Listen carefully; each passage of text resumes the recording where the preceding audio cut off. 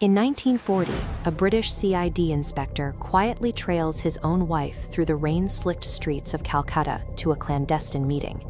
He discovers she is meeting with the most heavily monitored man in India, Subhas Chandra Bose. Realizing the threat to the crown, the inspector immediately draws his weapon and opens fire. Before he can land a fatal shot, Neera Arya pulls a knife and stabs her husband to death to protect Bose. For this, she is thrown into the brutal Kala Pani prison in the Andaman Islands, where she is relentlessly tortured, yet never gives up Bose's location.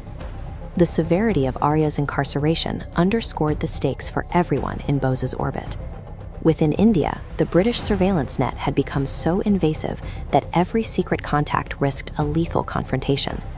Bose saw an opening in the escalating tensions of the Second World War, a chance to hit the British Empire from a different angle. But the British intelligence network had him locked down in a highly secure house arrest, surrounded by guards and closely monitored by state-appointed doctors. Bose began a psychological play.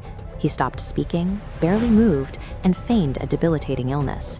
The doctors reported his weakness back to the authorities, and the British slowly relaxed their guard rotation.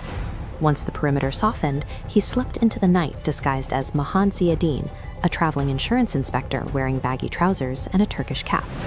Surveillance systems often fail when the watchers believe their work is done. By successfully feigning a total physical breakdown, Bose turned his own home into a blind spot for the crown. Look at this 1940 map of the border between British India and Afghanistan. Kabul was an uncolonized zone, a hub for global spies. To navigate, Bose relied on Bhagat Ram Talwar.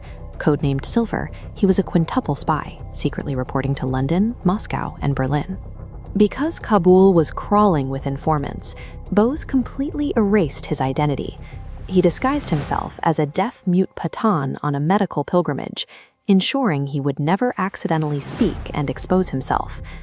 The escape was entirely analog and intensely dangerous. Bose and Talwar crossed freezing mountain passes without winter gear, navigated aggressive rivers in makeshift jute boats, and rode through heavy snow in the back of open-air cargo trucks. Bose inverted the logic of the imperial hunt. By utilizing the enemy's own trusted double agent, he moved across borders through the very network built to intercept him. The plan hit a wall in Kabul. Bose wanted Soviet backing, but Stalin refused to help, viewing the Indian leader as a risk that might drag Moscow into a direct conflict with Britain. So Bose pivoted to the Axis powers. He secured help from the Italian embassy to forge an identity as Orlando Mazzotta, acquiring a diplomatic passport.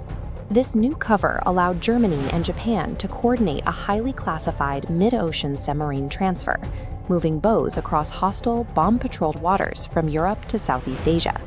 He had elevated his evasion from simple disguises to high-level statecraft, exploiting the geopolitical blind spots of competing superpowers to secure safe passage. Arriving in Japan, Bose took control of the Indian National Army. He immediately expanded the ranks by recruiting thousands of expatriate civilians, shopkeepers, and even women into active combat roles. Militarily, the INA eventually lost to the Allies, but prosecuting 3 of Bose's commanders at the Red Fort completely backfired, triggering massive civilian outrage and uniting the country. This anger boiled over into the 1946 Royal Indian Navy Mutiny. Within 48 hours, 20,000 sailors revolted, stripping the British flags from 78 ships and aiming their guns back at the city. The British High Command faced a terrifying reality. The British Indian Army, their primary tool for global enforcement, was no longer taking their orders. The International Shadow War struck the empire where it was most vulnerable, the loyalty of its own enforcement mechanism. When India finally celebrated independence in 1947, Bose was absent.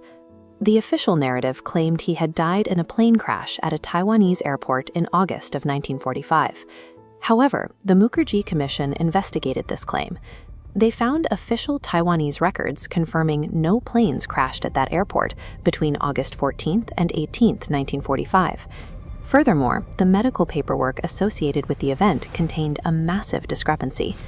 The death certificate supposedly belonging to Bose actually bore the name of a Japanese soldier named Ichiro Okura, who died of a heart attack.